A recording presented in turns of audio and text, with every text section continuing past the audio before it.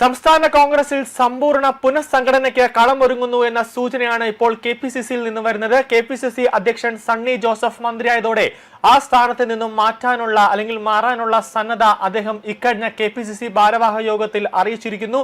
അധ്യക്ഷനൊപ്പം KPCC general സെക്രട്ടറിമാർ, DCC അധ്യക്ഷന്മാർ എന്നിവർക്കും മാറ്റമുണ്ടായേക്കും. 6 ജില്ലകളിലെ അധ്യക്ഷന്മാർ നിയമസഭാ തെരഞ്ഞെടുപ്പിൽ മത്സരിച്ച MLA-മാരോടും കൂടാതെ സ്വാഭാവികമായും അവർ സ്ഥാനമൊഴിയും. എന്നാൽ സംഘടനയ്ക്ക് പുതിയ മുഖം നൽകുന്നതിന്റെ ഭാഗമായി മുഴുവൻ DCC അധ്യക്ഷന്മാരെയും മാറ്റാനുള്ള സാഹചര്യമാണ് ഇപ്പോൾ ഉരുത്തിരിഞ്ഞു വരുന്നത്.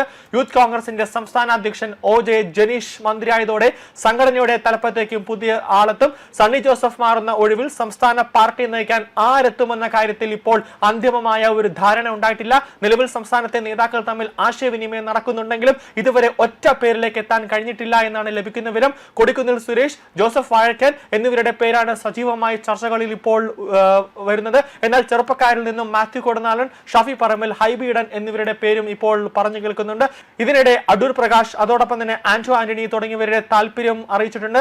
ഒരാൾക്ക് ഒരു പദവി എന്ന മാനദണ്ഡം നടപ്പായാൽ വാഴക്കനെ ആയിരിക്കും കൂടുതലായിട്ട് ആ പദവിയിലേക്ക് എത്താൻ സാധിക്കുക. അതിനപ്പുറത്തേക്ക് വരെ ആർക്കും KPCC അധ്യക്ഷ പദവിയിലേക്ക് എത്താൻ സാധിക്കില്ല എന്നതാണ് നിലവിൽ ലഭിക്കുന്ന വിവരം. KPCC അധ്യക്ഷ പദവിക്ക് ഹൈക്കമാൻഡോ, സംസ്ഥാനത്തിന്റെ ചുമതലയുള്ള AICC ജനറൽ സെക്രട്ടറി ദീപാദാസ് മുൻഷിയോ ഇതുവരെ ഒരു മാനദണ്ഡവും പ്രഖ്യാപിച്ചിട്ടില്ല എന്നാണ് നിലവിൽ ലഭിക്കുന്ന വിവരം. എന്തായാലും ഒരു മാസത്തിനകം പുനഃസംഘടന നടക്കാനാണ് സാധ്യത എന്നാണ് ലഭിക്കുന്ന വിവരം. നിലവിൽ 3 വർക്കിംഗ് പ്രസിഡന്റുമാരാണ് KPCCക്കുള്ളത്. ഇതിൽ AP അനിൽകുമാർ, PC വിശ്വനാഥ് എന്നിവർ തെരഞ്ഞെടുപ്പിൽ ജയിച്ചതോടെ മന്ത്രിമാരായിരിക്കുന്നു.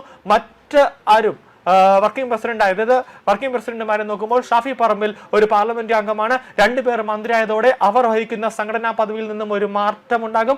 പുതിയതായി 2 പേർ വർക്കിംഗ് പ്രസിഡന്റായി എത്തുമെന്നതാണ് ലഭിക്കുന്ന വിവരം. 2025 നിയമിച്ച തൃശൂർ, വയനാട് ജില്ലകളിലെ അധ്യക്ഷന്മാരെ മാറ്റാനുള്ള സാധ്യത കുറവാണ് എന്നാണ് ലഭിക്കുന്ന വിവരം. തൃശൂരിൽ ജോസഫ് ടാജറ്റിനെയും അതോടൊപ്പം തന്നെ വയനാട്ടിൽ TJ ഐസക്കിനെയും നിയമിച്ചിട്ട് 1 വർഷം പൂർത്തിയാകുന്നത് കൊണ്ട് തന്നെ നിലവിൽ അവരെ മാറ്റേണ്ട സാഹചര്യമില്ല എന്നാണ് വിലയിരുത്തപ്പെടുന്നത്.